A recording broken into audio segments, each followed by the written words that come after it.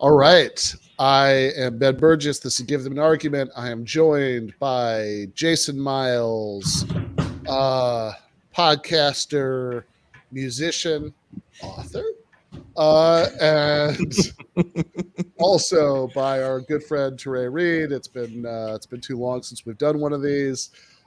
We are going to talk about Night of the Comet, which I'm looking at the Wikipedia page for. It calls it a 1984 American science fiction comedy horror film, which I guess is right. I just called it in the description for the episode. I just called it an end of the world romp because I wasn't quite sure how to classify it.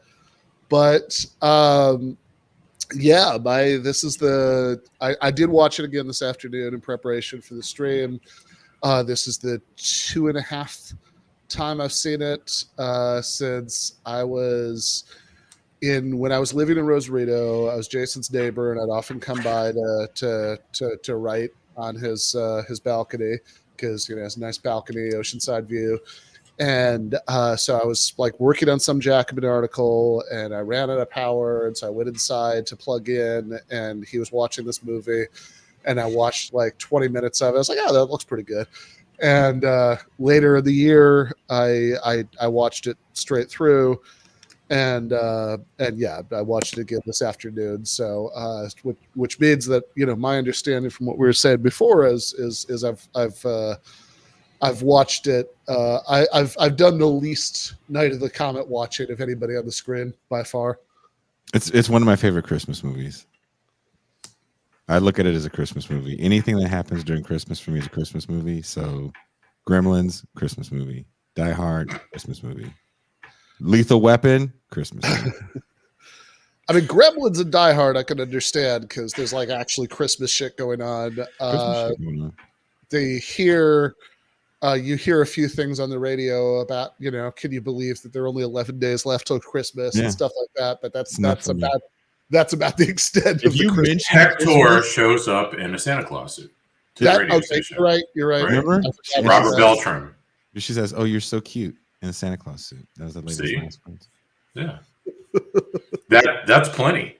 That's Christmas. That lady's in Witchboard. Who here has seen Witchboard? I have Tawny Katane. Witchboard is on YouTube, by the way, Ben Burgis. Okay. So no excuse is what you're pointing. Yes, there's no excuses. Tawny Katane is in that movie before the late Tawny Katane. I liked those White Snake videos. I don't care what you say. I don't know where you're going, but I sure know where you've been.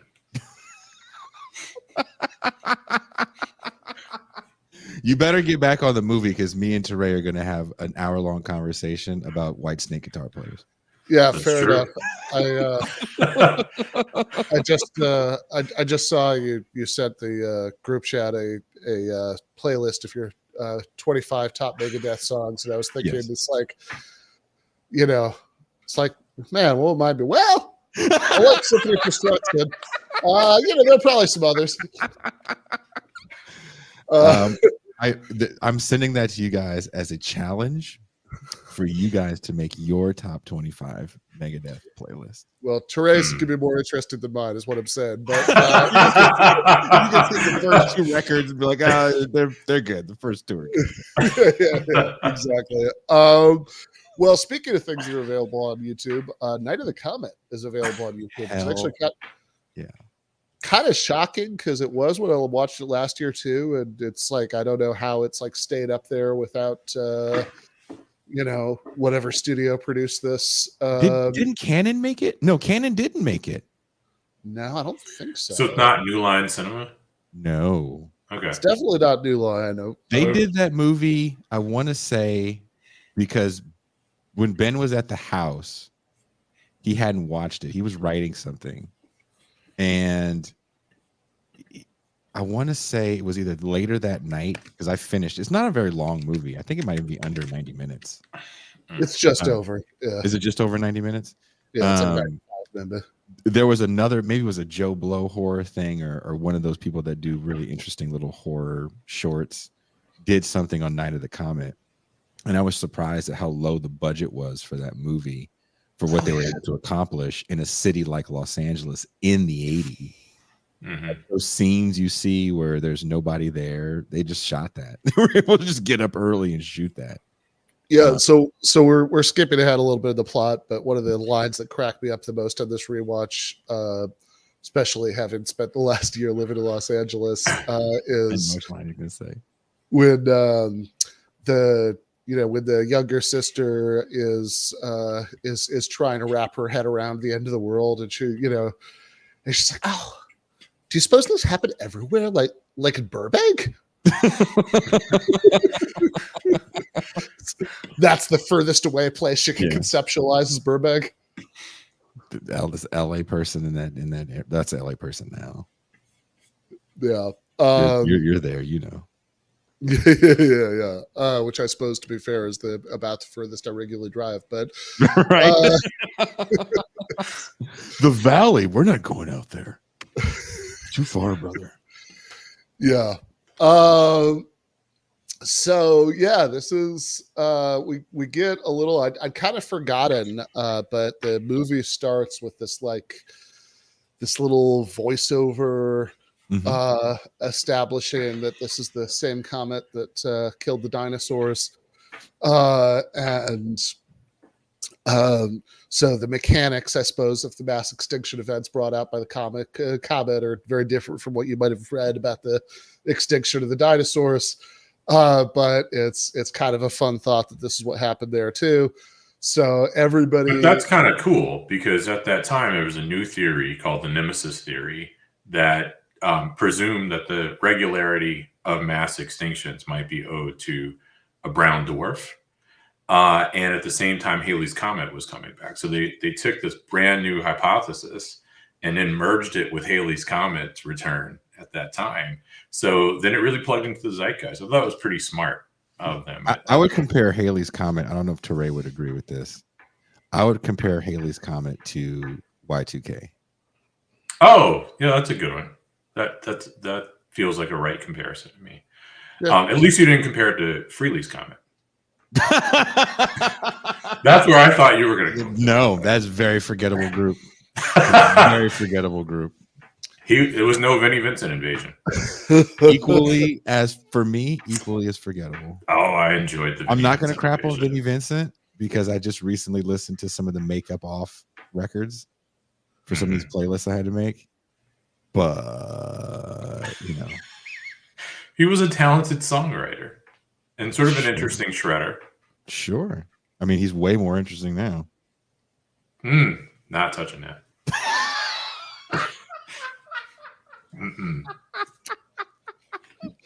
The 8 people that know who Kiss is are hopefully cracking up right now. Well, I think this is a level beyond just knowing what Kiss is, but yeah.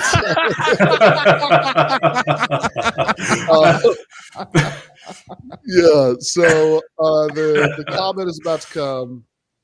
They kind of tell you in the voiceover at the beginning the comet's going to kill everybody, but nobody knows it, right? That they establish the shot of some scientists in a bunker, that like a few people suspected what was going to happen, but most did not. And you see the, slack-jawed crowd of happy people outside getting ready to watch the comet come. And then we go inside the movie theater where one of the two girls were following around for most of the movie. Regina is working at the theater. At the moment we first see her, she's slacking off from the job to play like a arcade game. Tempest, right? Is she playing Tempest? Yeah, it feels right. Yeah. Yeah, I don't know if I caught what the game was, but yeah, that's so she's playing that. She's very mad that because all of the rest of the high score list is just her, and she's very mad that somebody named DMK has infiltrated the high score list at number 6, which is kind of great because then the next morning you see her with great satisfaction putting her name in the number 6 slot, which makes me think that she like aimed specifically to come in 6th. To be in 6th place. Like she was already 1 through 5, but she really wanted to specifically be 6 to knock off the MK. And this definitely gets some character establishing here. She also in the next scene talks a lot about Superman, and she's very up on the Superman powers. But that establishes how she gets saved too, right? Because the building is lined with steel and not lead, and so she has an exchange with her boyfriend over what Superman can see through. And her boyfriend from Valley Girls, the bad guy from Valley Girl, had to put that out there. Was he a mild bad guy in this movie? He didn't last long enough to. I feel like he. But he felt like a douchebag, right? Yeah, he felt a little douchey, like just douchey enough that you didn't feel too bad that he was killed by a zombie right away. Was a zombie of color? Yes. Yeah, that made it a little more satisfying. Because he had that Reagan era Nazi Hitler Youth thing going on, but not that youthful, right? Like Johnny, one of those 34-year-old, 17-year-olds. Yeah. The Regina character as well had that kind of grown woman with the child's frame thing going on. Ooh, she wasn't that old though. Are you sure? Catherine Mary Stewart, she wasn't that old then. She was in The Apple. I don't know what that is. What's the movie the Cannon made when they were trying to make the Apple? So she was born in 1959, so she would have been 25 when this came out. Yeah. She was 25? Yeah. I thought she was 36. Wow. Well, how did she do Weekend of Bernie if she was that old? 36, not 25. She did. She was. And then she did The Last Starfighter too, like around the same time, 84 or something like that. Yeah, and this was 84 too, wasn't it? Yeah, at least the dude in The Last Starfighter's out of high school, and he's an adult. Had a kind of hard Scrabble background. So yeah, so everything made sense. And this one, she's supposed to be in school. Yeah, but like a senior. She's a super super senior. Yeah, they also she's a senior, and even though she's only halfway through the year, because it's 11 days before Christmas, they also specifically established that she's 18. At the beginning, so she wants to spend the night at the theater in this room in the back of the theater with her boyfriend. So she comes up with this lie to tell her bitchy, horrible stepmother, who we're also supposed to find a little satisfying, that she's died in the apocalypse. So she has her sister tell her stepmom that her science class is doing an overnight, all-night trip to the observatory to watch the comet. Is that what the kids are calling it these days? You don't want to watch that comet. The comet's messy. You don't want to. And when her stepmom's like, "No, sorry, you got to come home," she's like, "I'm 18, mother."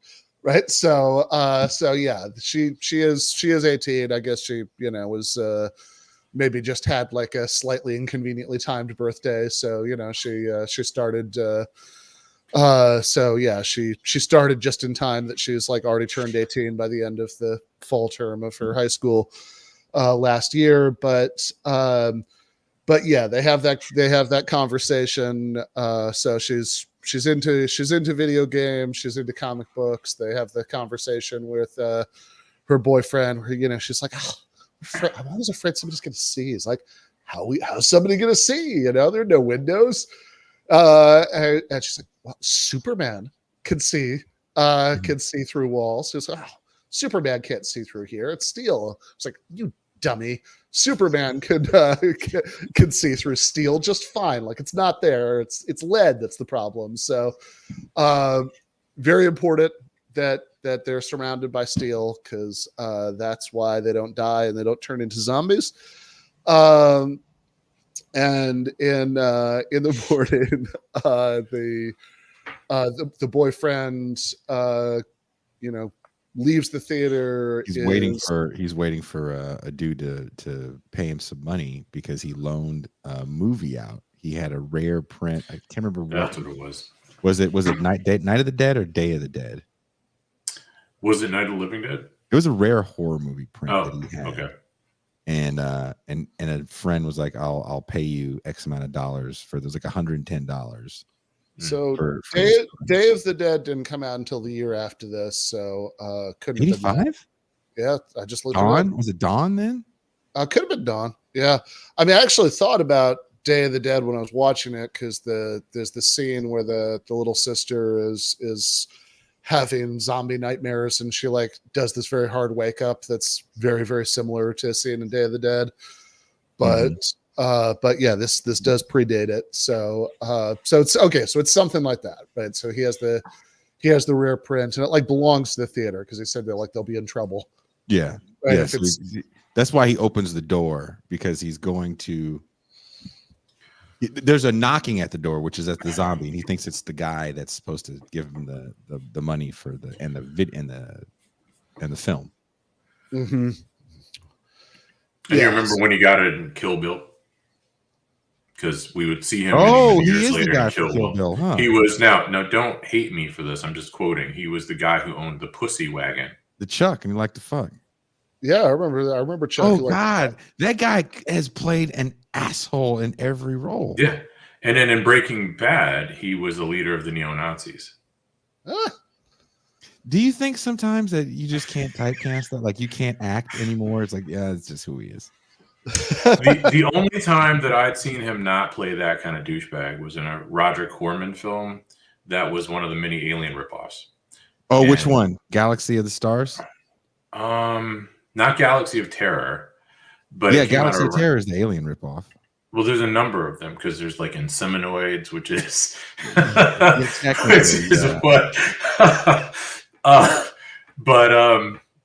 it's Battle Forbidden World. Oh, okay. Forbidden World. Dude, that guy's kind of. Don't you want to know in real life some of these people that always play a bad guy? You're like, well, he was like the geriatric Johnny Lawrence, because like the roles that you needed a high school kid who looked like the Hitler Youth to play, Johnny Lawrence got. And then if you wanted someone who was also supposed to play a high school kid but looked 35, then you got my man to play. So I know you said he was in Valley Girl. There's another movie he's in. Oh, he's the douche in Less Than Zero. Oh, he's in Less Than Zero? Isn't he the douche in Less Than Zero? I mean, you got to narrow it down. Okay.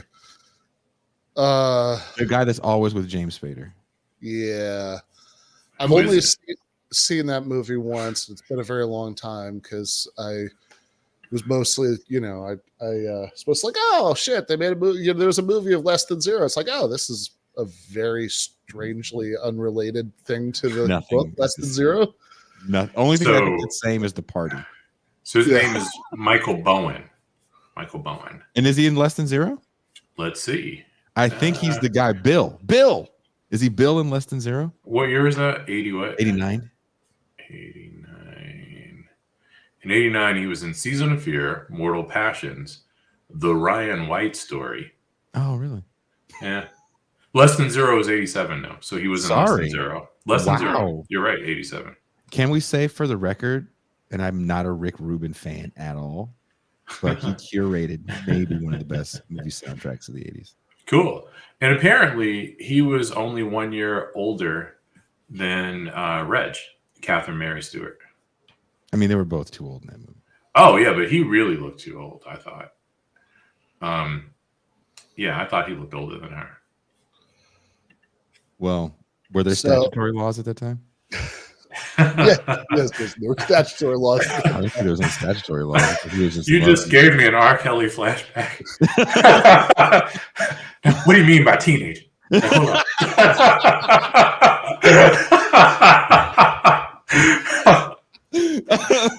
That's the stuff of nightmares, man. That's what he said to her when he was, "Hey." that's what he said to Touré in that interview. Well, I got to put Touré next to my name. That ruins a perfectly good name for everybody by mispronouncing. By the way, that was the perfect reaction to have when someone says, "What do you mean by teenagers?"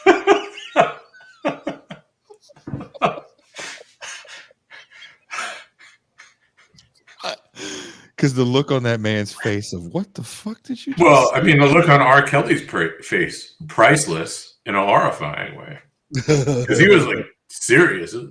Yeah, like, serious. Like the Barbara Walters interview or something. Come on, Kelly. Like, come on. Really? You think I'm at the middle schools, brother? Anymore? Yeah. You know, most of my students are from Chicago and Chicagoland, so I've heard tell of stories about him. Oh God. Mm-hmm. Oh. R. Kelly and then this guy. Well, the puffy R. Kelly and then this actor that always seems to be playing a fucking. Well, now he hasn't done anything wrong that we know of, other than play bad people. Apparently, we don't know when she turned. Michael 18. Owen. Look, we don't know when she turned 18, but they had a physical relationship for some time. It did seem that he was a real grown-up, like supposed to be a young real grown-up. I didn't think he was in school. No.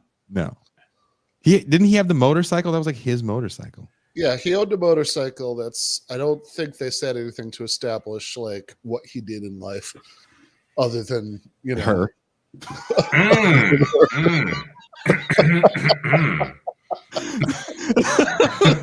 Well, didn't the guy that's like the manager of the movie place is like, oh man, if something doesn't happen right, then these people are gonna do to me what that guy does to her all night. Remember he says that? Yeah, I do remember that.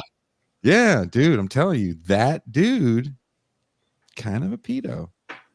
Kind of a pedo. I mean, again, wait, so her boyfriend, you're saying, or I mean, I think boyfriend, the manager was not trying to, Yeah. The boyfriend, again, we don't actually know how old he's supposed to be. It's possible that that there's not that big a gap. But in any rate, 18 was different back then. I'm not channeling the spirit of R. Kelly when I say this, but 18, you were old enough to drink still. That was the beginning of the end of 18 being. Was it 84? Full-fledged I thought they changed it in 80. Was it 84 they changed the law? It was the mid 80s. It varied from state to state. Louisiana was the last state, I believe, and that was around 90 or 92 or something like that. So they held on for a while. But even when I was in high school, there were people who were 2 years older than me who got grandfathered in. So she would have been of drinking age in 1984. She could have gone to every bar or nightclub that she wanted, which means that people would have conceptualized 18 very differently in 1984 than they did, let's say, by 1994 or even 1990. Okay, well, R. Kelly here makes some interesting points. Regardless, don't put that on me. I'm just laying out the historical context here. Regardless of whether or not he is a bit of a pedo, he certainly seems to be a bit of a douche. So I think very few tears rolled down cheeks in the audience when you see him encounter the first zombie in the movie.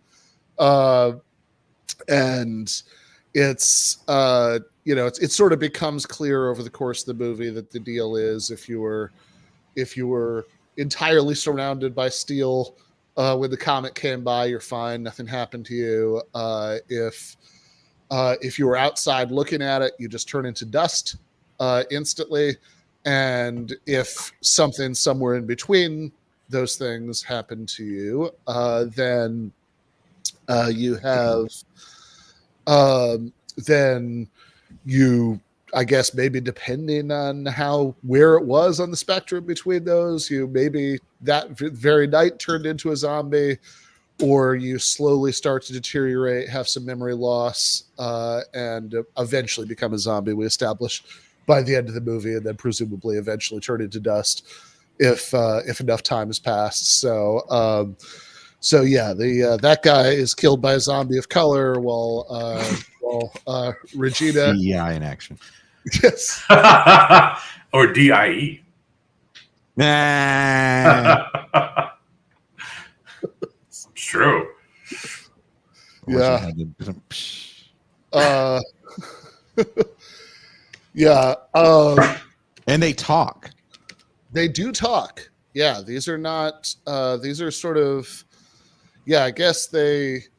I mean, they're referred to as zombies, and they feel like zombies, but they're because they're mindless and fairly mindless and aggressive. But and there's later on we hear about one of them feeding on a live cat and tearing somebody limb from limb.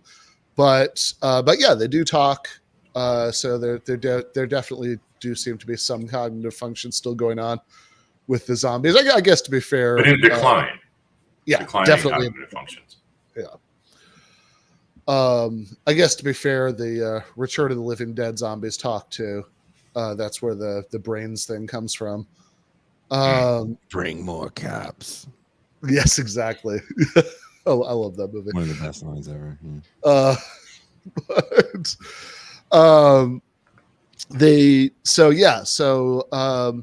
So he's instantly killed by a zombie. Regina is inside. She plays the arcade game a little bit more, gets herself in sixth place. I don't know, takes the trash out or something.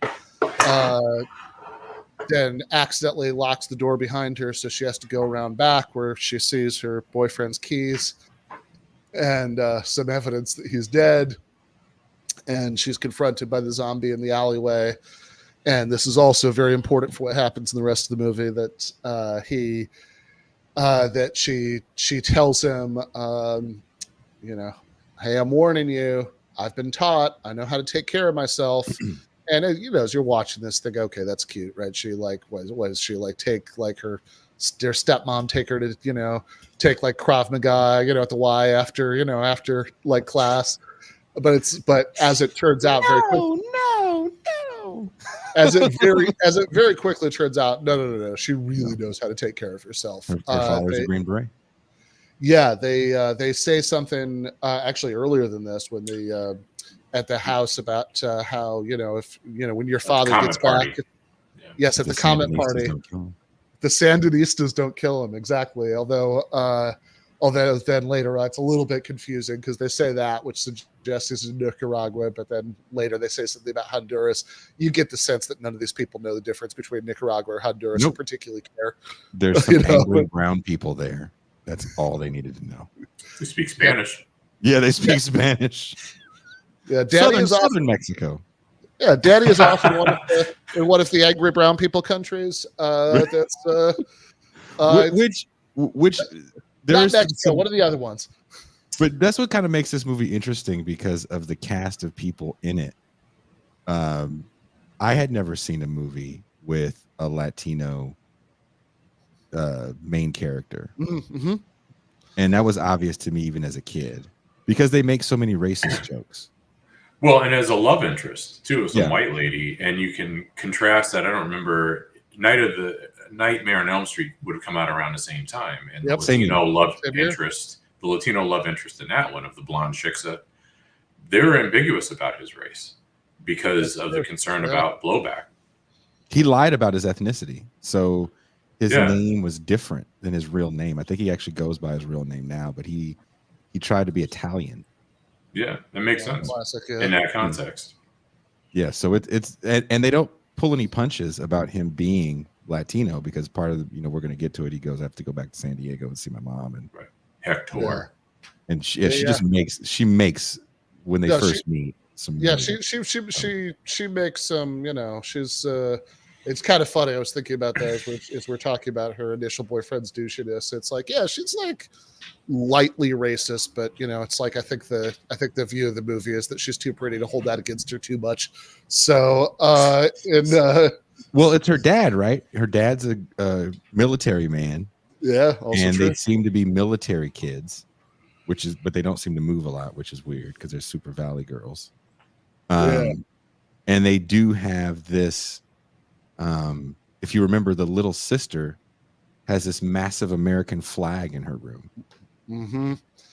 Yeah, so, and they establish again fairly quickly that that their dad has taught them how to use all sorts of different guns, and they're very proficient in all of that. Was Red Dawn 84 also? Yep. I'm seeing a pattern. Definitely. Tough white girls with guns who don't like Walter Mondale. Oh yeah, they don't. I thought you were going to say black people. They don't like them either. They don't really probably not. But no, they don't like black people at all. Thanks, John Hughes. Yeah, I said it. Sure. Yeah. Ben's patrons are going down like he just fucking crapped out of face. But do you think John Hughes disliked black people more than he disliked Asian people? I think if you weren't a certain hue, he didn't like you.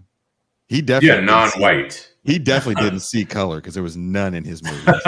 Well, there was, but in an unflattering light. There's the black guy that's with the swarthy individual in Ferris Bueller's Day Off in the car that steal the car. Yeah, he wrote National Lampoon's Vacation, and so they're just thieves in St. Louis, and they don't exist anywhere else in America. But Long Duck Dong gets a lot of screen time, and it's all horrible. Yeah, that man was so happy to do Vamp. Have you ever heard him talk about Vamp? He loved that role. He almost got tears in his eyes talking about that. Name another person in a John Hughes movie that's not white. Well, all the white kids had detention at that one high school. Yeah, it might have been better to not have an Asian character in that one John Hughes movie than to have an Asian character. Considering you know who actually said this recently in an interview? Molly Ringwald. What did she say? She said those movies couldn't get made today because our world that those movies were in were very white. Was Kevin Powell right behind her with a gun to her head?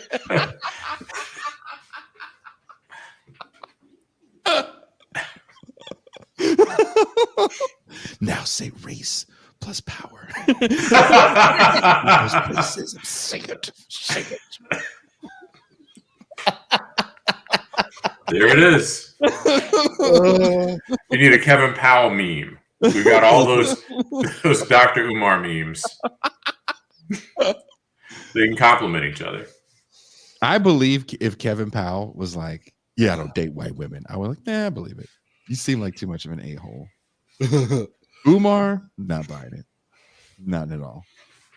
So not at all. Regina gets the dead boyfriend who I think gets mourned for as many as 2 or 3 seconds. She takes his motorcycle and goes home, where she sees her little sister Samantha, who after we saw this too earlier. She got into a fight with the stepmom, and so she ended up. Yes, yeah, no, it was a kind of shocking sequence because they they're like yelling at each other, and then like the stepmom slaps her, and she slaps her back. The stepmom just punches her in the face. She knocks her down. It's like a hell of an escalation for like, and then just walked away. She punched her in the face and then went back to cheating on their dad in front of them. Yes, very openly cheating on their dad. And in front of the neighbors. Yes, in front of everybody. She was fucking a neighbor in front of everybody. Yeah. That's some bold shit. That's some fucking dynasty level dastardly shit. Well, isn't it freakier for the man in that dynamic too, with the actual husband being trained who's a special forces officer? And yeah, I mean, that's wild. Leather shoes. Mm-hmm. You don't. Oh man. Yeah, that's also what true. you're saying is Tawny Katane wouldn't have even done that. No. Jerry Seinfeld, OJ, just classy people. Yes, but classy people. You're talking. There's no class in that house. Those little girls got saved by that comment. Yeah. There you go. Well, and we'll get to it, right? Because they seem to be no more global warming.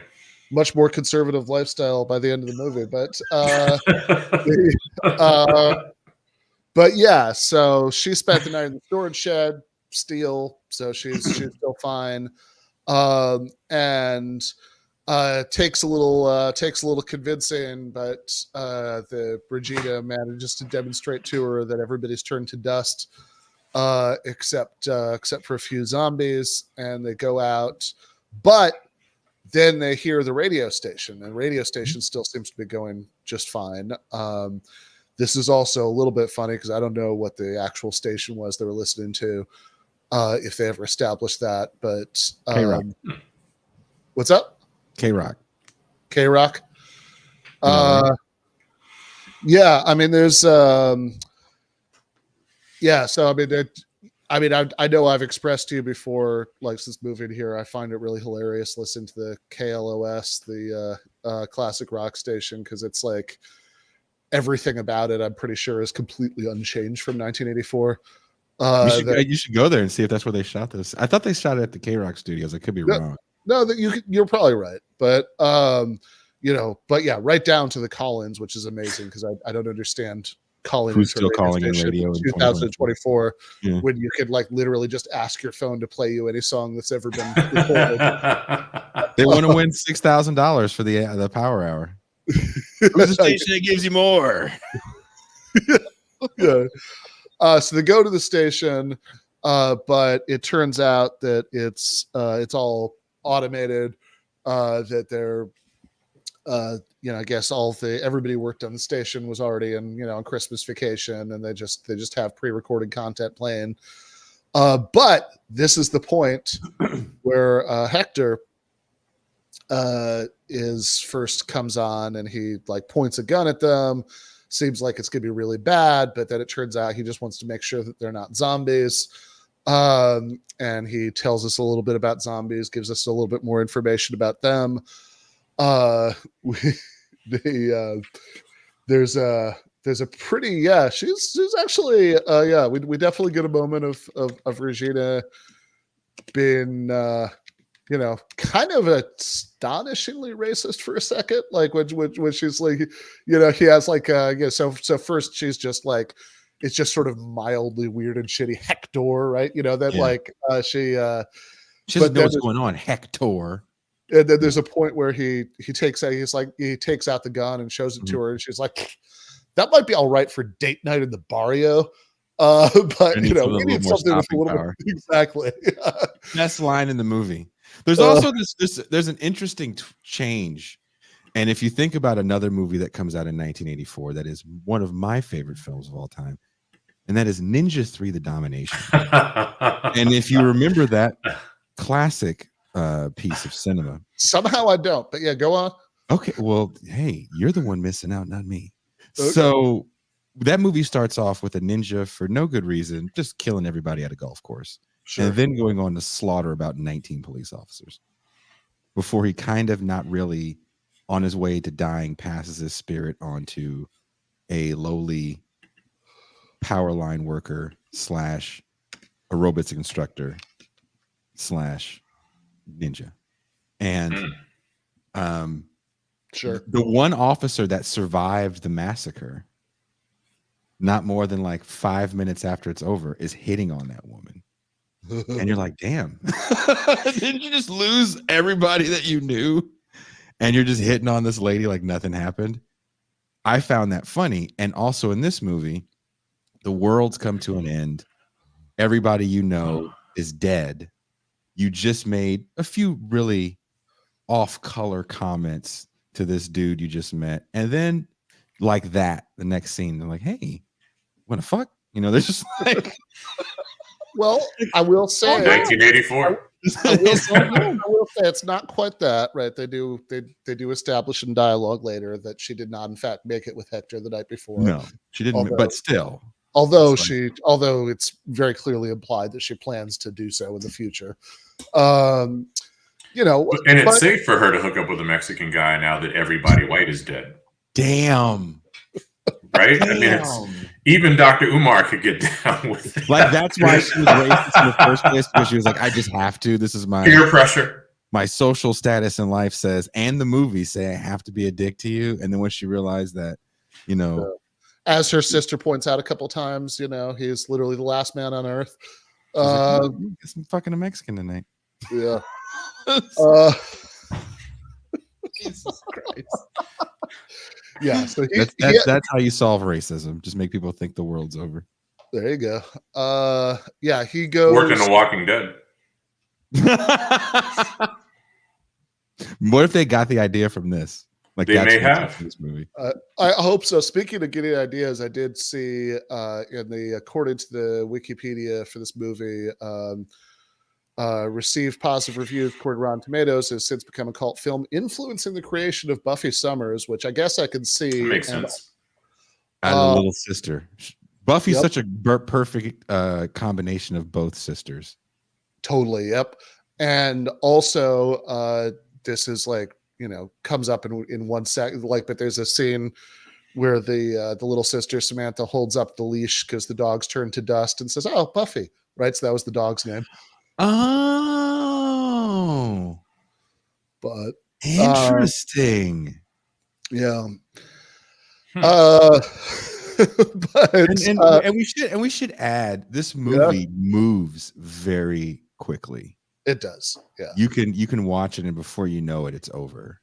Totally. I mean, it's they're like toward the very end, there's like a little bit of like flashing back and forth between locations while people are kind of moving around silently to build up a little bit of tension. But like, that's really the only time in the whole movie that's the case. Like, up until then, stuff's going on, the whole time. And you're right. You can, it's sort of shocking how quickly you get to the end of the movie. But Hector, what you're talking about is like 20 minutes in. 20 minutes is where you're at with the movie. Totally, yeah. So Hector has to go to San Diego to check on his to see if his family, anybody's family has survived, which they have not. But he has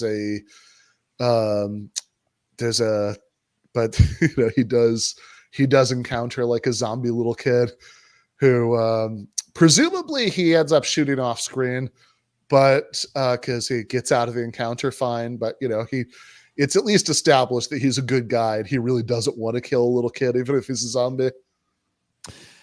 Yeah, I mean, you're establishing he's a good guy because he's going to check on his family. Yeah, that's also true. He could be banging that white woman. That's also true. And he's like, no, mom comes first. I don't know who you think. And that's how you know he's 27 and not 18. Because his priorities are all wrong for an 18-year-old, but they're just right for a 27. And in his defense, the Regina character does look 36. So he doesn't know. That's fair. And he doesn't hit on the little sister. He says nothing rude to the little sister in the cheerleading outfit. He says nothing to her. Yeah. So. Yeah. Wow, there's someone in your chat that actually was at the theater to see this. Whoever that person is, they're old. So he was 31 at the time. Yeah. Yeah, and judging by the rest of the chat, I mean, presumably was at least in high school, right?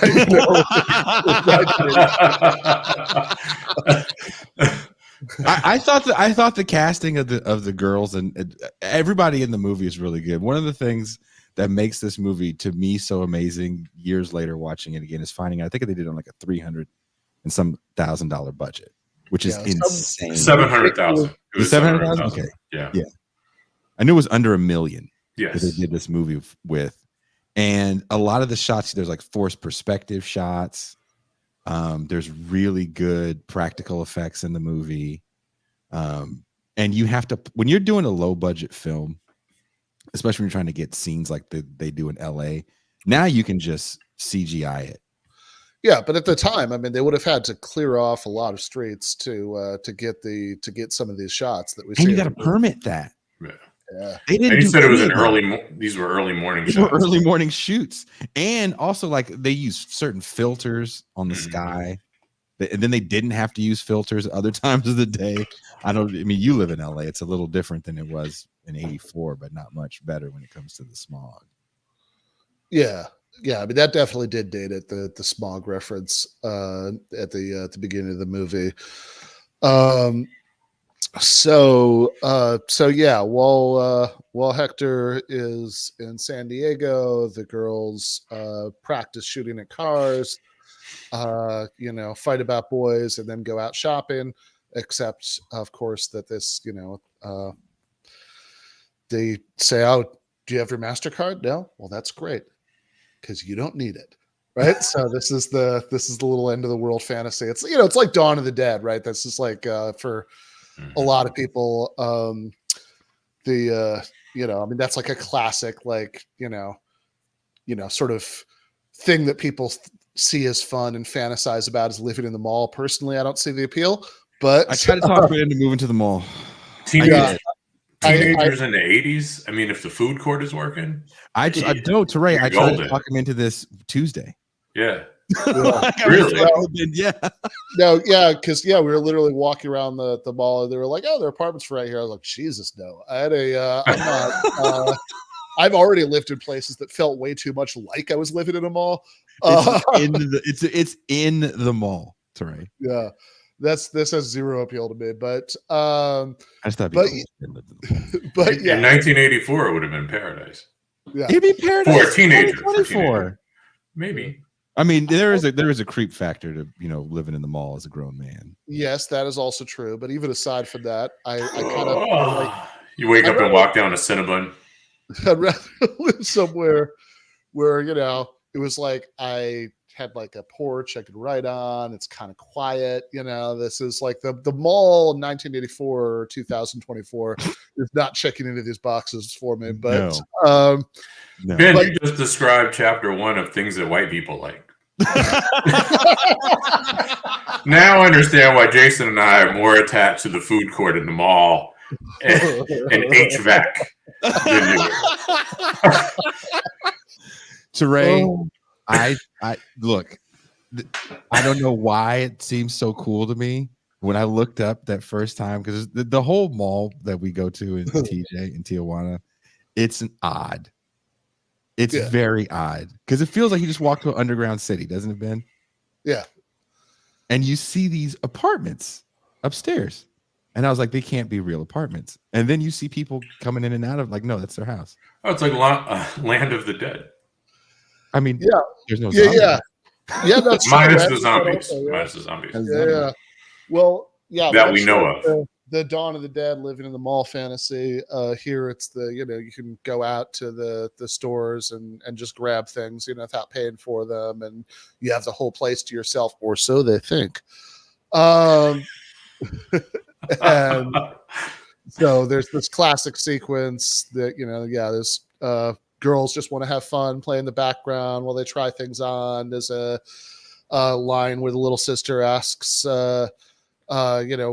which of these two should I get? And the older sister says, "Oh, definitely the second one." Why? It's going to stay in style longer. You've got to think of these things. Is great, obviously, because nearly every human being on the planet is dead at the point they're having this conversation. But it turns out that there's this weird little Warriors-esque sequence where there are these. Turns out there were stock boys who worked there, and they're not quite zombies yet, but they're getting there. And so they have for no apparent reason except this is just what they do. They talk to the girls over the PA and come down and shoot many bullets in their general direction. And eventually they've captured them. Their guy, the leaders, were like wearing sunglasses, is sort of playing Russian roulette, except he's going to keep going until he's killed them. But meanwhile, the scientists are coming to the rescue. We established earlier at the compound that there's one scientist who weirdly seems to not want to bring survivors back to the compounds, which, the first time you see this conversation is like, oh, she seems bad and selfish. Why doesn't she want to help the survivors? And it becomes a little clearer very shortly. But the scientists from the compound have taken their helicopter in. They're trying to decide. They've got some soldiers with them. They're trying to decide where to find the girls. And one of them says, let's use deductive reasoning to figure out that they would be in the clothes store. Well, they had some sort of scanner to find them, right? Because remember, they're looking for him, and the guy goes, "What did he say? This whole area is amazingly filled with commerce and something else." Well, they were alerted to them by the radio. Or the radio station. Right? Yeah. I thought it's some sort of way to track them. Because they dispatched one to the radio station, and that one that's what it was. Is Mary Warnoff, who Ben was talking about, the scientist who didn't want them, or at the very least, she ends up there waiting for Hector. But first it was the radio station, and then from there they used the deductive reasoning to figure out the teenage girls will want to go to the mall. Apparently, the guy that wrote it, that's what he asked his daughters. Where you want to go? Where'd you just the world ended tomorrow? They were like, we'll go to the mall. Yeah, I mean, that's a no duh. I thought that was hilarious. Not for Ben, right? Ben would go to the porch. Ben would totally not go to the mall and hang out and write. But eventually he'd have to write with pen and paper because there would be no electricity. And then Jason and I'd be like, see, go fuck yourself. That's why you need to be in the mall where you can plug shit in. Good luck uploading that. Yeah. Look at us. We got new clothes every minute. Look at that. Yeah, I mean, I guess I would make it to the mall eventually. No, it does. I'd be like, and there's nothing in your size. You're like, Jason, yeah, nothing. I wouldn't want to live in the mall, but yes, I have it's not that the mall is a terrible place to ever be. Although actually, honestly, I find it a little funny thinking about the fact that the mall, like in this movie, there's a line of dialogue about the whole area is a temple to consumerism or something. That's what it was. Yeah. And Dawn of the Dead was referred to earlier. There's the little heavy-handed social commentary with the zombies all milling around the mall. It's like, oh, it must be some residual thing. This was a very important place in their earlier life.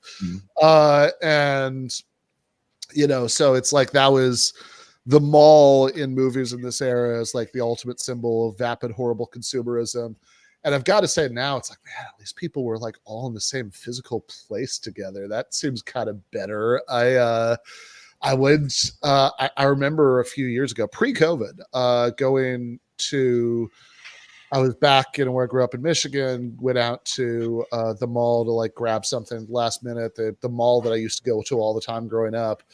And it was like, I think like the day before Christmas Eve. And I remember like walking around being like, God damn, in 1997, any random Tuesday, there would have been 10 times as many people there as there are now, right? So yeah, it does kind of make you miss the temple of consumerism. But we did a show maybe late last year with this gentleman. I think for Sublation, he wrote a really interesting piece about malls in general and their inception and a lot of the original people behind them. There was a socialist architect behind some of the early malls that I think are in Michigan, if I'm not mistaken. That sounds familiar. Someplace cold. Yeah. Yeah, they were. that makes sense. Yeah. And the original layouts were to have a lot more like public space. So there is something to be said beyond just the consumerism that these were supposed to be places where people just kind of congregated in this moment of the end of downtowns as we're building out suburbs. So there's I get the Gen X kind of hatred for mass consumerism. In retrospect, Gen X hatred for, because in real time, not so much. Sure. I think a lot of people, they don't even think about them all like that. Like the way that there was such a pushback of, oh, you're a mall person. I mean, look, I always enjoyed, again, I mean, maybe I would have wanted to live there as a teenager, but I always enjoyed the mall, go, spend a nice afternoon, get an Orange Julius and, go browse the shelves at Suncoast Video. That's I met my first wife at the mall.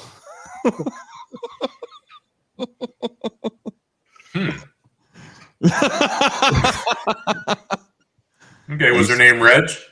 Wow. No. Nope. Not Regina. Not even close. Okay. No. She looked her age, first of all. All right. You were at the Sunglass Hut. Your eyes met. She worked at Kids Foot Locker. Oh. Okay. Yeah. So one of those kinds of malls. And I worked with books. Yes. That was still the black mall. Yeah. Sneakers and baby clothes. Back when they let us read. It was right before the running and fucking turn. Oh, really? You had a gap. So this was 1970 what? I feel like that turn is a mid-90s turn. Oh, no, it's before that. I mean, maybe in one of them old urban rundown East Coast cities you're from. Atlanta, Georgia. Yeah. Yeah, there you go. Yeah. That's Greenbrier Shopping Mall. I spent a lot of time in the 8th grade cruising Greenbrier Shopping Mall. Like I said, I did meet my first wife at the mall. I would walk by her store numerous times to see if she noticed me. I was one of those. And wait, you worked at Tower Records? Where'd you work? I worked at Walden Books. Walden Books, of course. Oh, you want to hear a funny story? Okay. Yeah. So the state senator Justin, the black kid in Tennessee. Okay, when he was a baby, we used to watch him. Oh, and when I met my now ex-wife, and I would try to flirt with her. One day she was like, "Are you one of these dudes that has a kid?" I was like, "No, I don't have any kids." And so when we finally went on a date, because I used to watch Justin when he was a baby, his car seat was in my car. Oh, wow. She's like, "I knew you had it." I was like, no, it's not mine. So I didn't even realize that was him because I haven't kept in touch with that kid for years. And then my ex-wife actually told me a few months ago. She's like, "Oh, remember baby Justin?" I have a funny Memphis consumption and flirting story that centers on Tower Records in downtown Memphis. And it's not about me. My cousin Kim, who you know, Jason, she and her husband, Terrence, and they've been together for a very long time, were record shopping, as was the style of the day in the late 1990s, early 2000s, at the Tower Records in Memphis. And a brother looked at her as Terrence, and she went their separate ways in the record store. Brother looked at her and said, "You looking at me?" I said, "Are you looking at me? Because if you are, I'm single."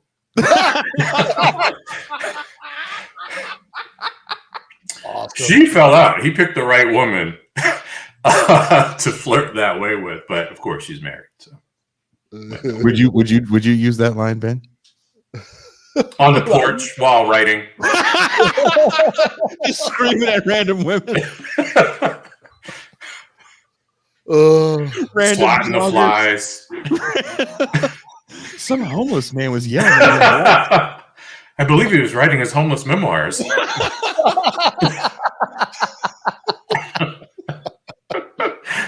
I think his name was Stag Arlee. And there's a white Stagger Lee yelling at joggers in Highland Park.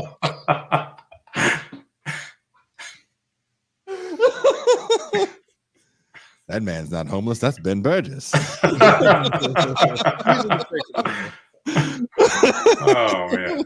Yeah.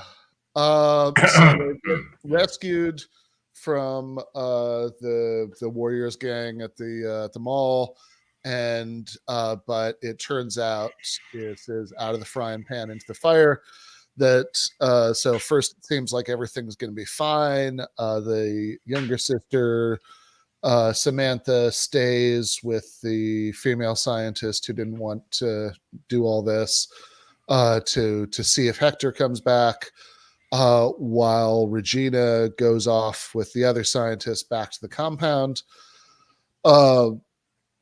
And then the scientist, the female scientist, who is probably be better if I remembered her name, but I do not. Mary Warnock. Mary Warnock. All right. The actress, anyway.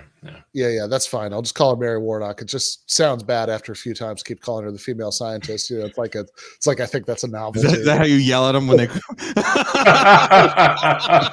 Yeah, she's a scientist. She's a woman. Look at the lady doctor. And she keeps looking at me. And I'm saying, you looking at me? Hi. Yeah, it might be less charming that way around, but yeah, it's so Mary Warnock, or so it appears, euthanizes Samantha. She tells her that she's giving her a blood test, and then injects her with something, and then she seems to be dead, and she has a conversation with the other scientist about how at least it was painless.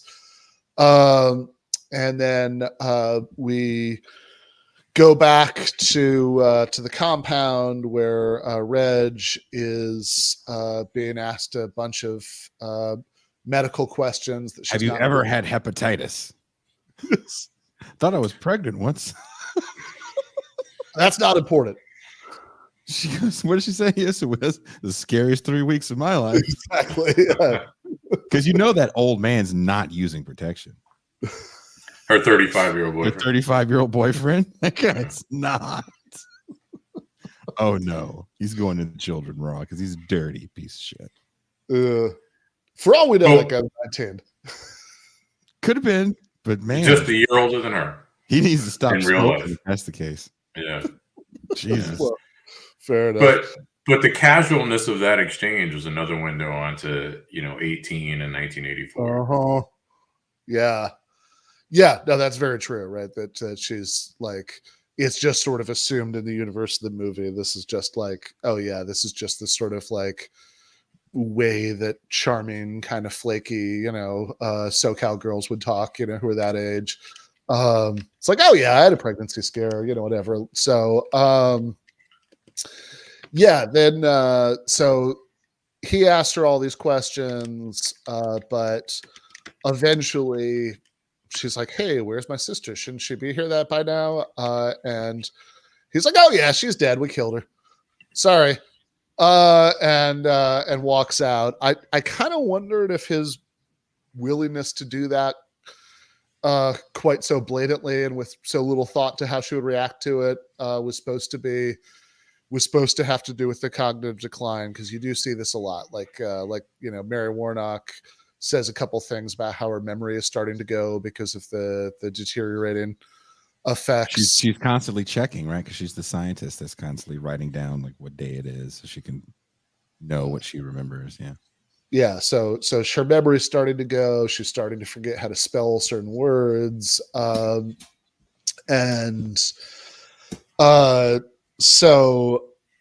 she tells Hector how it happened, because they were in an underground bunker, but the vent system was on, and so magically Comet dust got inside.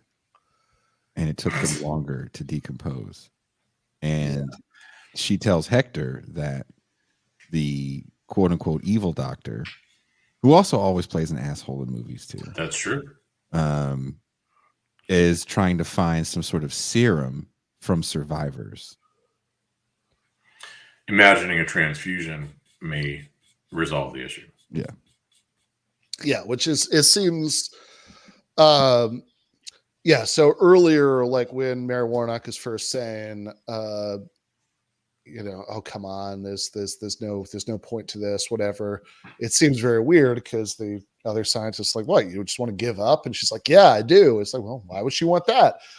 But of course, it becomes clear that that what they're doing with the survivors they find is killing these people to drain out their blood to use in this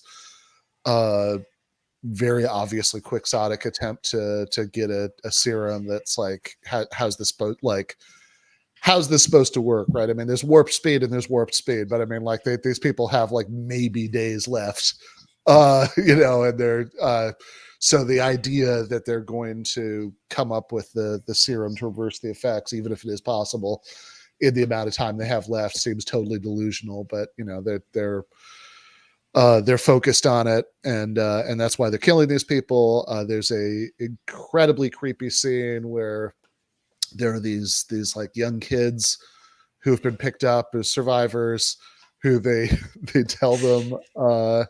So I wonder, I don't know if either of you guys know either the book or the TV show Nosferatu with like the license plate spelling. There's like a yeah.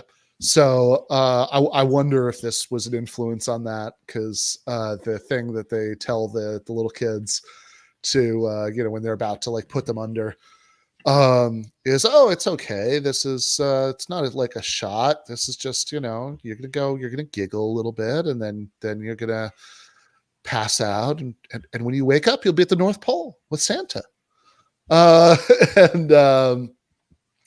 So they're killing them. They've already killed some other people, or they're the other survivors are brain dead, and they say they're but now, can we add that that there's a blonde boy and an Asian girl? Mm-hmm. Yes. So no black people, because this is thinning the herd to make a stronger we human race. We have to admit, black people didn't really exist in this era of film, and I hate to say it, until Spike Lee kind of comes on the scene.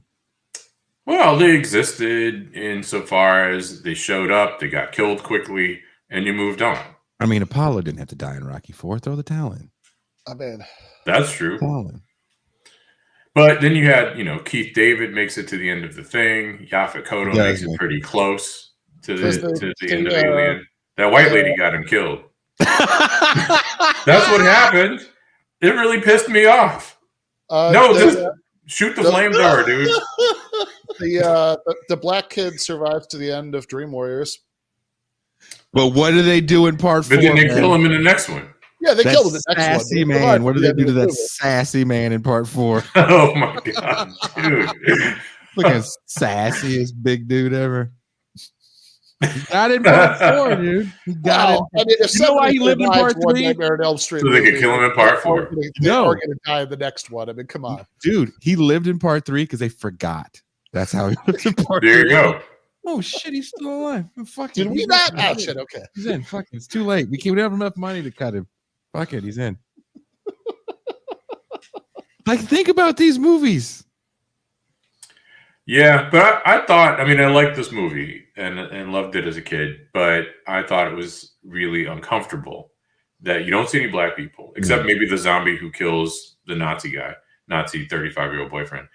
And then the hope for the future comes down to 2 white women, a Mexican dude, Mexican-American man, a blonde-haired white boy, and an Asian girl. Oh, and then another curly-haired blonde dude. At the very DMK. Yeah, at the very, very end. Yeah. So, no, it's very true. This Reagan's America, dude. This is exactly. Well, they in the Negro herd. Yeah, I mean, you saw. I assume, well, maybe you didn't. Maybe you've got the YouTube algorithm to the point where it doesn't show you stuff like this. But you saw Ann Coulter to Vivek Ramaswamy. Oh, I have not seen that. That was. Can you play it? I certainly can. Yeah, Please, I'll look please. that up. Yeah. I didn't send that to you, Teray. I don't think so, but I've been grading. So I didn't think it was real.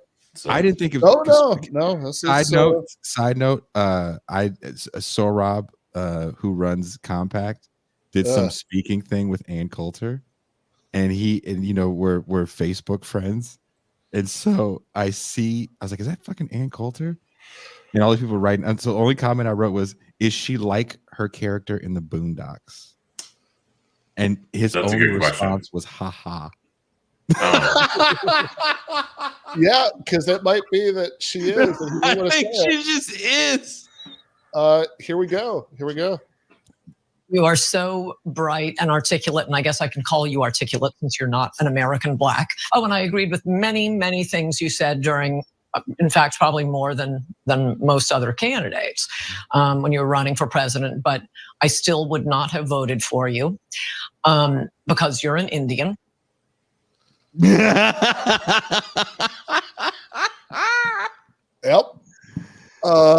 There's no explanation for that, but that's persuasive. But what's her explanation? What's her non-persuasive explanation for that? Yeah, I mean, she says, I think she says later in the interview that she thinks the president should be a WASP whose family has been in the United States for a long time. And she says some, I don't know. I mean, I haven't watched the whole thing, I'll admit that, but I saw a clip where she says some stuff about the Protestant work ethic, and that those dirty Indians don't have. Yeah, apparently. And she says it was actually really weird because she even says, I swear to God, this is a quote. She's like, she talks about the Protestant work ethic, and she says, it's so different from all these Catholic countries where, people seem to like think it's like more holy to be poor. Except American Catholics are all right because they're basically like Protestants. And then she even says at that point, this is a verbatim quote, Protestant work ethic, blah blah. I assume there's an Indian work ethic. That's a line. And she says that there are polls where immigrants and second generation immigrants don't understand the First and Second Amendments. So I think that's the closest we get to like a direct justification of why. This is my reason why I think the Boondocks thing is right about her. None of that shit makes sense. First of all, if you are alive, and she's not that well off, right? She probably does all right. Sure. But she's not, I've never called customer service rich. Yeah. She's called customer service at some point in the last 10 years. And she has not spoken to anyone that sounds like her at all. So you got the audacity to say, knowing that so much work has been outsourced to India. I mean, she's seen an IT department. So there's no way in the world that she's going to act as if Indians, maybe there's some sort of work ethic you people have. But ultimately, no fuck. Like that's none of that shit is real. It's all performative. But now I'm making a devil's advocate point here, not endorsing it. Yeah. Outsourced customer service sucks and has sucked as long as it's been outsourced. Even when it was outsourced within the borders of the United States, outsourced customer service sucked. And it got worse when customer service was removed from the product. Not just, the company based in Ohio providing customer service based in Nebraska, but when you take it overseas, it gets that much worse. So maybe what Ann Coulter is responding to is the shitty customer service that she's had by way of the outsourced customer service. Maybe that's her rationale for being racist. If that's the way she thought, she would have been very clear to make a comment about customer service not speaking English. There's no persuasive case to be made for what she said. It's all like who? First of all, who says something that I'm going to come on an interview with you and tell you suck to your face? None of that shit's real.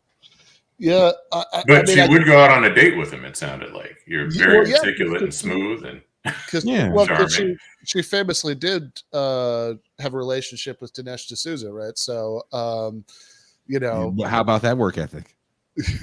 I don't know. Could be a commentary on their romance. Yeah, maybe that's what convinced her that you can't trust these people. He didn't put in the work. He did not put in the work. Is that what it is? He was a two-pumper. I have a job, so I'll just let you fill in the blanks. Hey, was this him? Because I nut quick. Yeah, he was very. He was a selfish lover. Oh, is that Ann Coulter's way of calling out Dinesh D'Souza by going on the interview and saying that's? I think that's right. That's persuasive. What you said. Yeah. That's why she dates Umar on the under. I said it. I said it right here. Hey, Umar, we know you love Ann Coulter. Said it. Take that. What are you gonna do about it? Now, is it me or does Dr. Umar sport the C. Everett coupe better than pretty much anybody? It looks exceptionally good on that Amish thing, right? All beard, no stash. Looks exceptionally good on him. In fact, that's his hero. It works for him. That should be his look. C. Everett coupe is his hero. Dude. Umar is hog chaser number 1. This is hey, not touching it. What? That's what he says in public. It's Umar and Ann Coulter hand in hand. They're just too performative. Hey, we're both Leos. Yeah. Also, a line that comes up in the interview about whether she's ever had hepatitis and all of that, where she's like, I'm a cancer, and he gets all worried. He's like, oh, you have cancer? He's like, what? No, I am a cancer. She's giving him her sign. There's another thing that I don't know if you guys picked up on in the movie, but originally they wrote the sister to die within the first 20 minutes. Oh, I didn't know that. Those dream, that's why those dream scenes, like if you notice, there's a weird turn it takes for this. Like, the sister has quite a bit of screen time, and it actually kind of feels like that screen time of someone that is going to die. She's so clueless. And the scene where the cops come was her death scene. Okay. Oh, okay. And then they were going to keep her a little longer, and they kept looking at the dailies, and they're like, "Oh, this girl's really good." So she stayed in the movie because she just was so good in the film. They didn't want to kill her off. I mean, she does seem so. The dream sequence with the zombie cops, she does seem just about dumb enough to die that way. That like the cops are pulling her over. She's like, "Oh my god, how are the cops?" Well, okay. Let's see the driver's license, and then like the cops are zombies. So and Jason, was she in Valley Girl too? Also, I mean, she's in Chopping Mall, right? It's Kelly Maroney, right? Is she a cheerleader in Valley Girl? I thought she had a bit part in Valley Girl, but Jennifer Jason Leigh. Fast Time in Ridgemont. I was thinking Fast Time in Ridgemont High is what it was, not Valley Girl. Yeah. And she was pretty grown, like deep in her 20s. Was she? I think so. Those two do cons together. Oh, do they? Now that this movie has kind of gotten a second life. I mean, it's a great film. Yeah. It's shot well. Again, great. I mean, I enjoy every single beat of this movie, right? Like, there's nothing here that doesn't give me pleasure to watch it. So turns out that the second time she appears to die, right, was when the scientist appeared to kill her. But then it turns out that she wasn't actually killing her. Meanwhile, the scientist goes to the radio station to wait for Hector. Tells and she's like all loopy because her brain is continuing to deteriorate with the slow motion effects of the comet exposure through the air vents. And so she tells him, oh yeah, girls are right, you are cute, and that and she's written down as much as she could remember of the sequence of events to get Hector up to date. And then she tells him about the air vents and all that, and then she actually does inject herself with the thing that she pretended to inject Samantha with.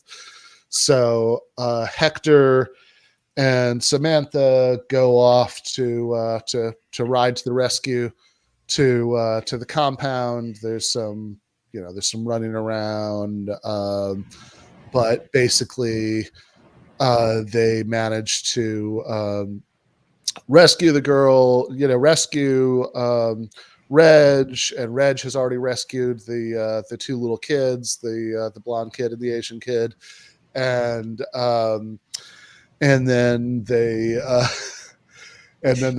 blow up the car of the scientists and soldiers who are coming to get them, which Hector tries to get the kids to cover their eyes, but they don't, right? They see the car blow up. But at least this is a nice like Hollywood car blowing up, right? There's nothing untoward. It's just you see an explosion and then it's done. And then shout out to Hector to be responsible, right? Yeah, totally. He's just destroying every stereotype in this movie. Right?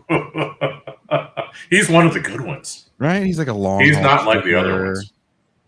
Looking out for everybody, caring about his mom. Yeah, he's nothing. He's worried about long-time trauma in 1984 about children. Yeah, that's true. That's true. Wow, forward-thinking man. Yeah. Yeah. Maybe they would have let him live in the high rise in Land of the Dead. John Leguizamo was out of his reach, but maybe Robert Beltran. He was no Hector. No, apparently not. Who would go on to travel through the galaxy as Captain Janeway's number 2. I mean, number 1. Hector? Yeah, it is in Star Trek Voyager. Oh yeah, you win on that one. Oh, I did not care for Voyager. My allegiance is to Lucas. I don't talk to you people. Okay. I mean, I like Star Trek, but I don't. I think I watched I think the sum total of my ex-wife was into Voyager, and I watched the first half of the first episode with her, and I never felt any particular inclination to keep going. I drew a line as a child with the original reruns of the original show, and there was no stormtroopers or laser swords. Or no, really cool makes sense. Black Captain, no. Deep Space Nine. Yeah, it didn't matter to me. I loved the original series, and a bunch of the movies. Admiral Akbar was a black man. Was it? No, okay. I just made that up. Darth Vader was a black man. Yeah, that's true. My dad told me that was so much pride. It actually wasn't, but yeah. My dad told me that was so much pride. James Earl Jones is the voice of Darth Vader. Yeah. Like it was our victory. Yeah. So, like OJ. But then it turned out. That's how I look at it. Not James even Earl Jones. Not OJ. even the actor under the helmet, though. No. No. It was a Republican. But I thought that. And also James Earl Jones was in Conan. Yes. So that confused me. With a perm. It was a lot going on. It was a wig, but there was so much going on with the first Conan and James Earl Jones. I was perplexed by that one. I shouldn't have watched that movie at 6. No. I could see that, yeah. A 6-year-old getting the what is best in life speech, that's to crush your enemies, to see them driven before you, and to hear the weeping lamentations of their women. Mommy, why are her nipples so hard? I don't understand. My nipples aren't hard like that. What's happening? There's just certain movies kids shouldn't watch, and I watched. That's one. I watched them all. All of it. When we were doing more regular movie streams back in like 2021, that was a recurrent bit that Jason would sort of casually drop that his dad had taken him to see something at some like pre-first grade point. Like this is hyperbole, but only slightly. I'd be like, oh yeah, no, I saw Caligula with my dad. And then it would morph into him seeing Caligula with Ben's dad, and then Jason would do his best Eddie Murphy impression of Eddie Murphy's dad, but as Ben's dad. Yeah. Same guy to me. Seems like it. Lillian. The goody goo goo.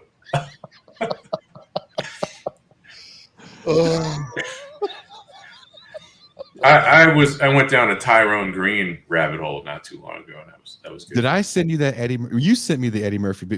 For side note, Ben and I watched that on a bus going to TJ with the Tyrone Green skit.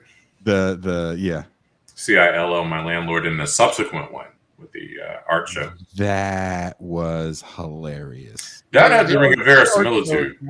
Is the one we watched. Yeah, that's really good. And when I sent it to Jason, I relayed to him an anecdote. In 1986, probably 85, 86, I was in high school for performing and visual arts, and I went with some of my friends in high school, crashed a Yale party. And again, it matters that it was the mid 80s, and the Yaleys brought in a scratch DJ from New York. And the whole time I was standing there, the only black people there were the DJ and my friends and me. And the whole time I was standing there thinking of Tyrone Green. That felt like the real life version of it. It's like, oh, let's have wine, cheese, and a scratch DJ with a Kangol hat, and I will do interpretive dance to these black beats. And a very thin white woman did interpretive dance to. It felt like what was going on with Basquiat Wow. at that time in New York and his crew. Would you say, Touré, that skit? Oh, yeah. Because that's around the time that Basquiat's hitting with Warhol. Mm-hmm. And even those paintings, those fake paintings, looked like really shitty Basquiat's. Well, and there's a visionary quality to that particular skit because he hates those white people who love him. Mm-hmm. And he's got nothing but contempt for them. And that's again, what they seem to love about him. And he gets it. Yeah. He gets it. This is what you like. Mm-hmm. So I'm going to give it to you in spades. Mm-hmm. It's a really smart skit. Smarter now than it was in 1982 or 3, but it was very smart then too, I'm sure. You mentioned that skit reminded you of another person that we know. I don't know. Who? No, I don't want to know. I don't want to know on air. You'll remind me later. Well, when the scientist car blow up, the movie's not quite over yet because we still have a scene which is actually kind of a yeah, that's it. Yeah. Okay. Yep. Sure. So I can see that. I knew who you were talking about. Good. Yeah, fair enough. But anyway, yeah, there's so like honestly, that last like 2 minutes is like the most charming parts of the movie for me. Like, yes, it's a big part of the thing. What it is, So Regina and Hector have clearly adopted the kids they saved from the compound. They've like dressed them up like like it was the family outing day to like an obscenely expensive country club. Do they take pictures? Are they taking pictures? Yeah. They're taking pictures. Yeah, they with the instant developing Polaroid. Yeah. It felt like Easter outfits. I mean, obviously it's the wrong Christian holiday, but but it's California. That would so give you them enough dress time to like- get over their trauma, right? This is the 80s. Yeah, where you're not allowed to have trauma. this could have been Easter by then. But yeah, they were like very like, yeah, you're going to like Easter services at like a Catholic or sort of high church Episcopal kind of setting. So they're all dressed up extremely nicely, and the little family of Hector, Regina, and these two kids they saved from the compound are waiting for the walk sign to come on, and Samantha is extremely irritated with them because they're waiting for the walk sign to come on, and so there's nobody here, nobody's driving. What are you doing? And Regina says the entire burden of civilization has fallen on us. That's why it's important to not cross against the light. And then Samantha is like just driving her crazy. She's also very frustrated that Regina and Hector are a thing now, because as she's pointed out several times over the course of the movie, it's the last man in the world and she can't have him.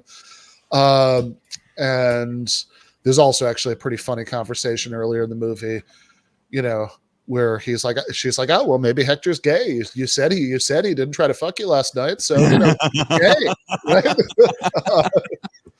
So turns out it's not. Right? He's just a respectable man that wants to get to know her first. He was 30 or 31. Or waiting for her to ripen. Ooh. Yeah. So to make her point, Samantha walks out into the middle of the intersection, at which point a car drives up, and it turns out, here's the universe providing Samantha with a dude, that here's another survivor. Says nice car. He says something like, "Oh, thanks, I've got 23 of them." Right, because it's the end of the world, and he can just take all the cars he wants. And there's some conversation where Regina insists that he have her back by midnight, and then they drive off into the afternoon sunlight, and you see that the license plate says DMX. DMK. He's the other guy. He's DMK, DMK, yeah. So but it's if the DMX Y'all gonna make me lose my That would mind. have been awesome. That would have been awesome. That's the remake. What's That's your name? What's your name? he was the number 6 in the high score list that we set up at the beginning of the movie. Yeah. That it was a cute end scene to that movie, but I did watching it again. I was like, hey, if this is happening like right after all that stuff happened, like those kids are so chipper considering they lost everyone they love. They saw a few murders with their own eyes. Oh yeah, and now they have new parents. Yes. Well, it's just Party of Five. That was the inspiration for Party of Five. Though they were regularly depressed while also joyous.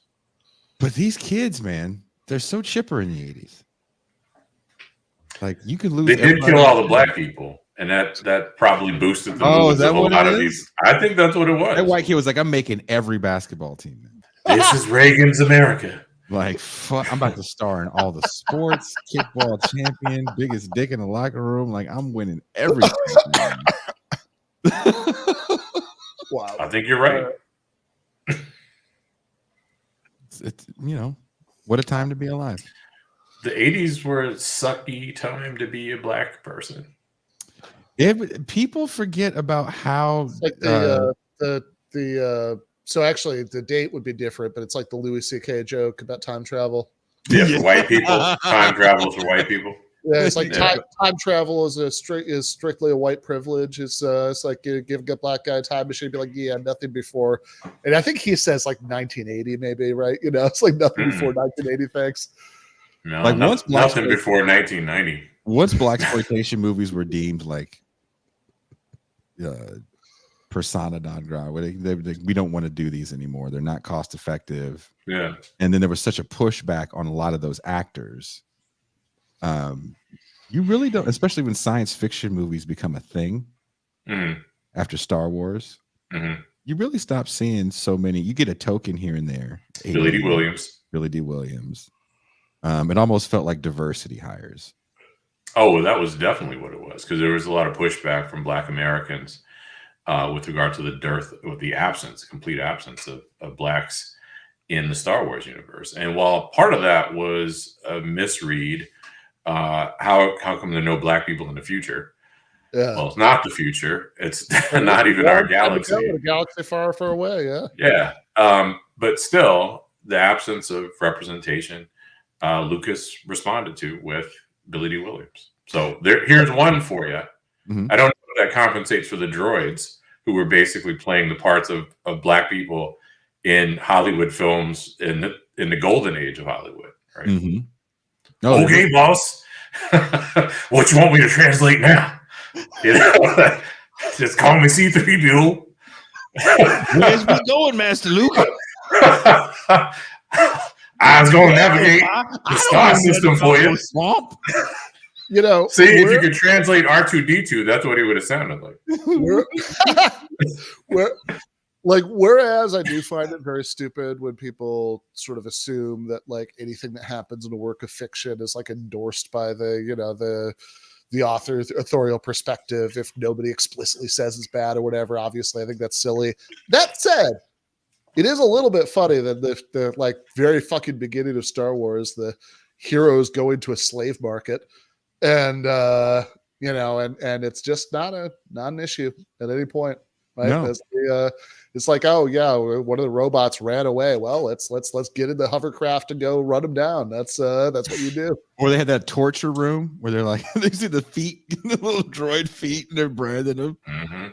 Oh, dude, there's a lot of inequality. One of my dad's friends said at the time that the droids were playing the parts that had previously been reserved for Black Americans. Right. So, and that was a chill. I mean, I was like 6 when Star Wars came out, so it's not something that would have occurred to me. Sure. But that was a really interesting observation. Lou Gossett, for a lot of people, Enemy Mine is like Enemy Mine is a great film that they remember Lou Gossett in, but he was really good. An alien. Oh yeah, it was a great. Yeah. That's Bumper Robinson playing that zombies. Bumper was fucking brilliant in that role. Brother from Another Planet, which is a low budget. That's kind of a fucked up movie, though. Isn't it a canon film though? It feels like a canon film. You don't like John Sayles scripts? Everybody comes that film. Like that. I mean, the obvious problem with that film, it's kind of an Afro-pessimist film that throughout the ages and throughout the galaxy, if not the universe, the role of Blacks is subordinate slave. That feels problematic to me. Well, the guy that wrote it, everyone loves. He's still alive. You should say something about that. People used to love D.W. Griffith. That doesn't mean anything. They still. Well, I think unfortunately they love him in film schools with caveat. Yeah, of course. They do. You gotta look with caveat. Effects. Yeah, I get it. Yeah, whatever. But that was when I was in the video essay and I had to do a lot of research on Black people in film throughout the years. It is interesting to see a certain disappearance and the pushback that those actors suffered. That a lot of people don't know names like Vanetta McGee. A lot of people don't remember Jim Brown as an actor. They know him more as a public speaker. Who else would have been one of those people that they don't remember? Richard Roundtree was able to keep a job, especially when like you needed a angry police chief. Sure. But I assume the 80s were still pretty lean for him. I mean, I remember he was in that movie Q, but I don't remember a lot else from him. Science fiction and blockbuster movies become a thing, and then art house movies kind of become a thing when studios really start turning big profits after Jaws and Star Wars. Yeah. Well, wait. I mean, one of your favorite black roles or roles played by a Black character was in Friday the 13th Part 4. Oh my God. Hold on. And he was Afro-Puerto Rican to boot, right? Hold on. Yeah. Hold on. Look. Great moment for diversity in cinema. Right I understand. I Was that Ola Ray? Yes. The lovely Yes, Ola Ray. that is Ola Ray in that, if I'm not mistaken, who you know from the Thriller video. Yes. That's right. And from Friday the 13th Part 4. And if you watch that film, there's a scene that makes me so angry because Dudley from Different Strokes, who actually lives throughout the whole movie, if I'm not mistaken, he doesn't die. With Corey Feldman. Dudley, we're just gonna call him Dudley. He has a real name. Fuck it, he's Dudley, right? We know what happened to you at the bike shop. To me. We know what happened to you at the bike shop. With Mr. Carlson, no less. Right? WKRP in Cincinnati guy. We know what happened to you at the bike shop. That was the weirdest part. The lovable Mr. Carlson playing a pedophile. A pedophile. That was tough. And then doodling Dudley. Or at least wanting to. So Dudley has a cousin that's going to come visit him at sleepaway camp. Yep.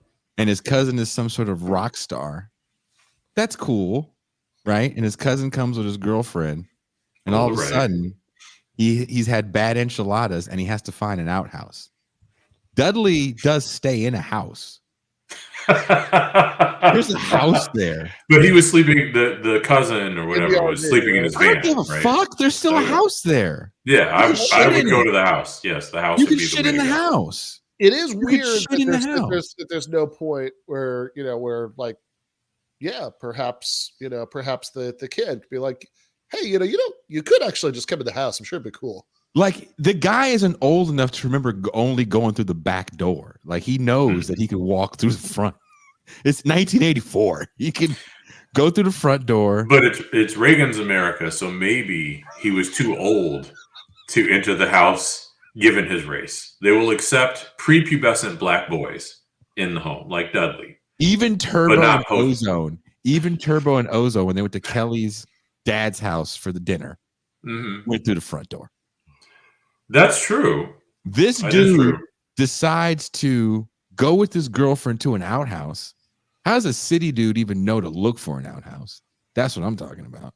He finds the outhouse because he says he has to take a massive enchilada shit. His girlfriend accompanies him to the... None of that felt realistic. Look, check this out. Check this out. We did a show the other night in our patronly champagne room where we have stupid ass conversations. I mean, I assumed that she was coming along, so because this was just their thing that he sang to her for the outhouse. We're getting to the song. Hold on. Yeah. Hold your fucking horses there. It's kind of the birthing room, though, right? I mean, that's what was going on. There's certain things you don't want to do around your significant other. No. They may happen, but you're not trying to do them, right? Right? Sure. And if she's still like, you're still in the dating mode, you're maybe not trying to like fart in front of her. You're holding them in. Maybe you're walking away. Maybe you're watching what you eat so you make sure you don't have the fart afterwards. But all he's doing is talking about the enchiladas. She goes with him to the bathroom where she wants to put her head to the wall to hear him shit. But while he's shitting, he's singing. I have gotten paid to sing for years. You know what I don't do in the bathroom while I'm shitting? Hum a tune. Don't do it.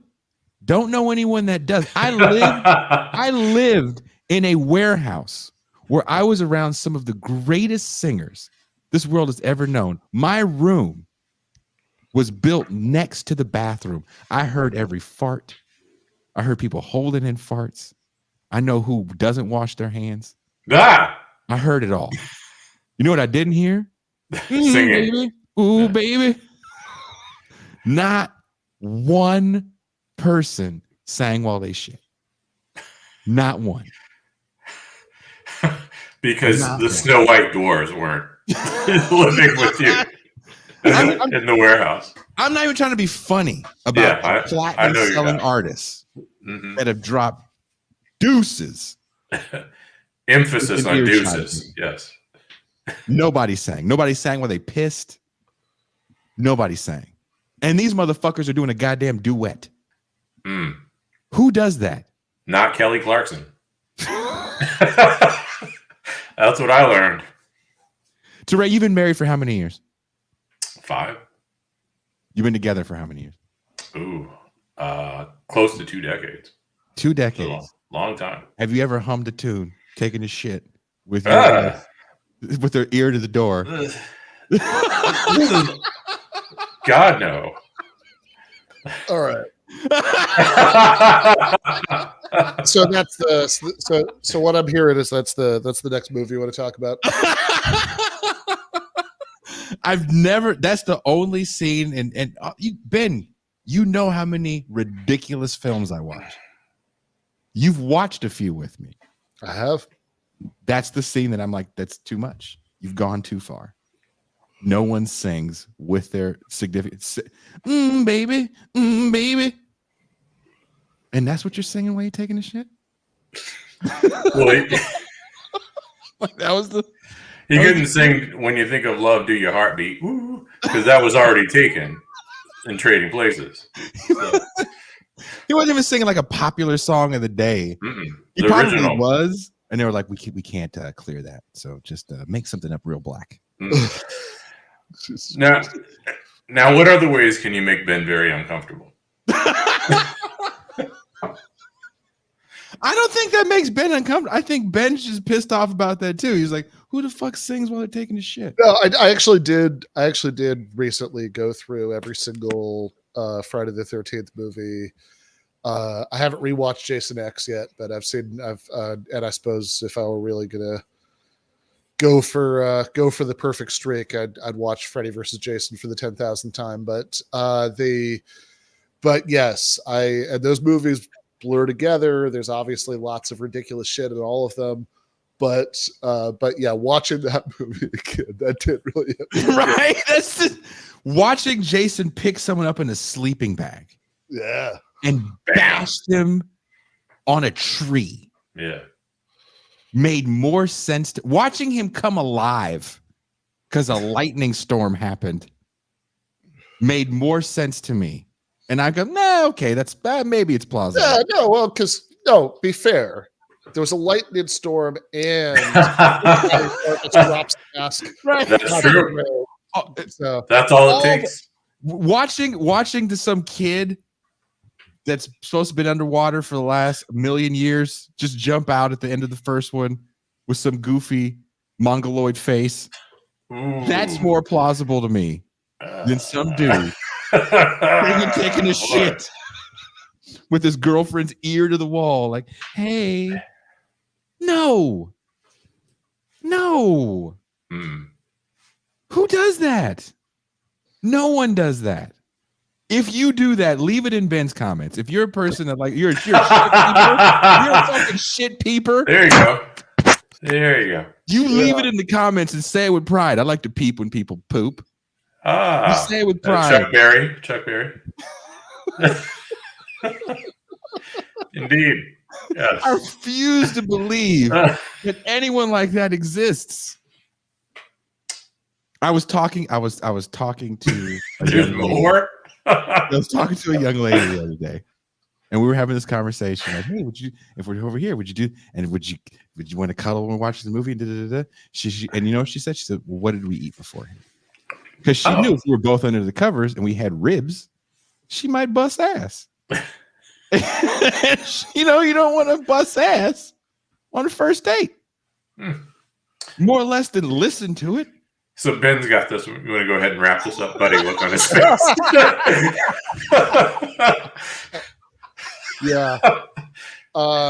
Since we're for a post game, that sentence just now.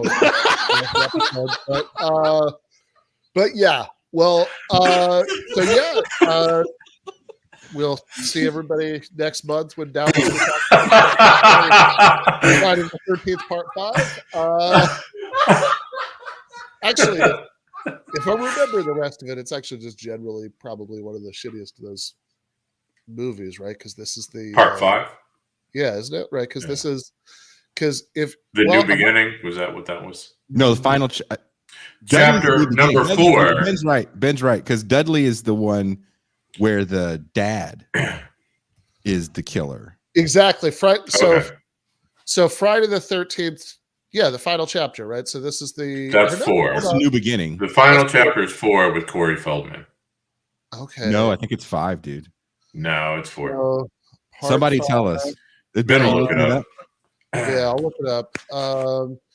So how The five is the one with the dad. So this is the Okay, so this is So at the time, I wondered if this was like partly a had something to do with Dream Dream Warriors, like it was like because it was like their version of like a place for like a halfway house for mentally disturbed teenagers, but it was in the middle of the woods. And also I could be wrong about this, I'm not a medical professional, but I believe at most mental institutions the patients aren't allowed to use axes. So the 80s were a different time, man. Because the plot of that movie would be very different if this one had that rule also. But according to Ann Coulter, they'd be able to use guns though. That's right. Unless they were Indian, because then they wouldn't know the Second Amendment. Yeah, exactly. And by the way, it's like it really is a testament to how crazy she got at the end of the clip we watched. That like almost zero commentary I've seen anywhere on the I guess I could call you articulate because you're not an American black. Even dude was like, oh, okay. Like he was trying to stay cool. He's like, oh, didn't see this one coming.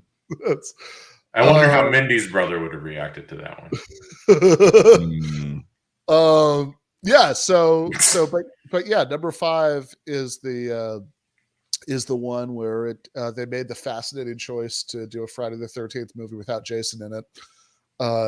It's like a Scream movie that it's just like, oh, it's some other guy who's just dressed up like Jason killing people with superhuman strength. Yes, and somehow seems to have superhuman strength. So it's very confusing on a lot of levels. Not least of which is not weirded out by the woods at all. Bathroom singing. But in any case, we're not actually going to talk about that. We will, however, off air pick something else and talk about that because this. I say Life Force. Have we done Life Force? Oh man, that would be great. Okay, have we done Life Force? Nope. Have you watched it yet, Ben? Nope. It starts off pretty good. We could. Oh my god! I kind of want to. I want to see your face. If we're gonna do Life Force next time, I'm happy to watch Life Force. I have not seen it, but can we actually watch it on like? Oh, I kind of want to see your face when you see these Macy's. All right. Because I can see the whole movie, the whole movie like this. You shitting me? Well, it takes a funny turn. I mean, it starts off, I think, pretty strong for what it is anyway. And then it takes a weird turn. It's a weird time for Toby Hooper. Toby Hooper is coming off of Poltergeist and a bad drug addiction, and Canon Films gave him money, and he made Life Force, Texas Chainsaw 2, which a lot of people didn't like, and Attack from Mars. Yeah, I didn't like. Mars Attacks. I didn't like Texas Chainsaw 2. Which I was actually surprised. I heard the Will Menaker and the guy he does the movie podcast with talk about it, and they talk about Texas Chainsaw Massacre. They're praising number 2, and I have to say I don't see it at all because like the first half an hour of it, I liked a lot. Right, it was like, oh, this is going to be really fun. Like we're doing something substantial, different. Right, it's like clearly they're setting up.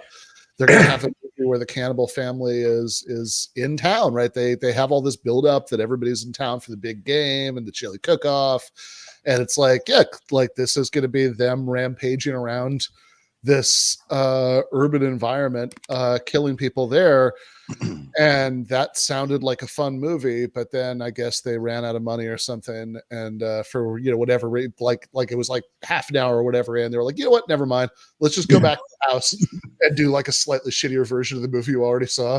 There was definitely. Was that the one with Dennis Hopper? Yep, that's the one film Dennis Hopper says he hates. Oh, interesting. Or hated. He's no longer with us, but yeah. Sure. I know he did the Mario. No, he's still looking down on us hating that movie. But yeah, he's like, but it's like, he did the Mario movie, dude. Like, chill out. Yeah, fair enough. Pop quiz, asshole. In any case, I'm so we'll be back sometime in early June to talk about Life Force. Looking forward to it. This was a lot of fun. This has been too long since we've done one of these, so Really, really appreciate it, and talk to you both very soon.